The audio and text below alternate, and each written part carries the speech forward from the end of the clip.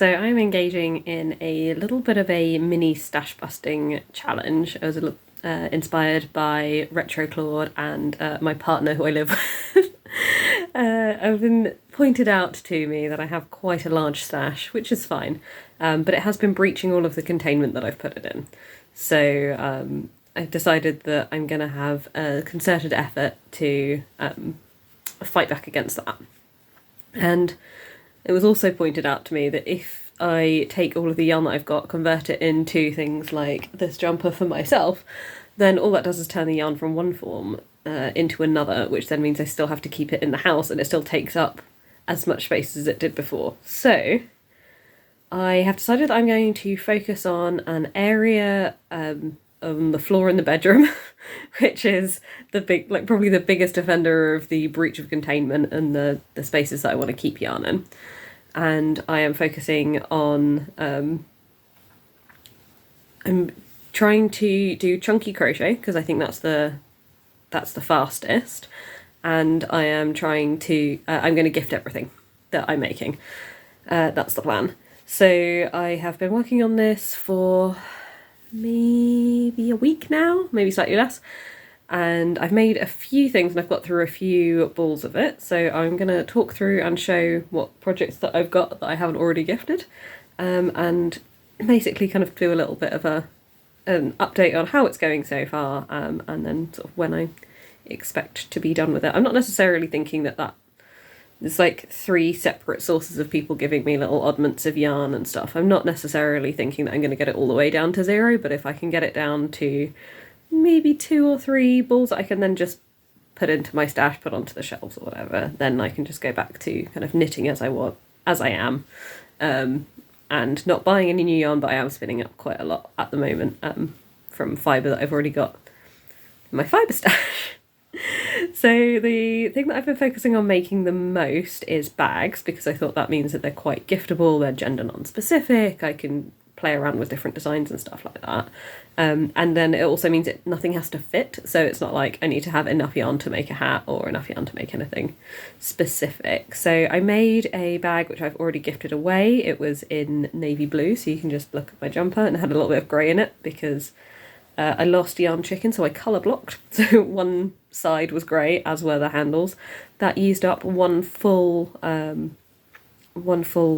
of yarn, and I've mostly been using this singular 6.5mm crochet hook, and I've been holding the yarn double. Most of it's like double knit, so I've been going from the centre pull and the outside for most of the yarn. So that's what I did with that one, and that's how I ended up with a chunky bag that has been gifted. I put my friend's birthday present in it and gave it to him with a couple of balls from my stash because he's learning to knit, and appreciated that as a gift. It's only acrylic stuff, but he appreciated it nonetheless. He hasn't got a stash yet. The next thing that I made, another crochet bag, is this one. So I've tried out some mosaic crochet. My best friend was doing it. I think I've made something that looks a little bit like a hedge maze, a little bit kind of art deco with the pink and green. So we've got this used up all of the green and all of the pink. I had to frog bits of it a couple of times, like round the edge. I had 2 green bits, but I was making a back to it because it's a bag, and so I used grey and green. I didn't use up all of the grey. I did use up all of the green and all of the pink, and I've done pink and grey together on the handles. But yeah, I was running out, and I ran out this far away, and I had to come back and do slip stitches instead of single crochets and stuff like that. So this bag, which has all of its ends woven in because I'm a good girl sometimes, is going to my friend Spring. I was messaging her while I was making it, and she wants it, so it's going off to her.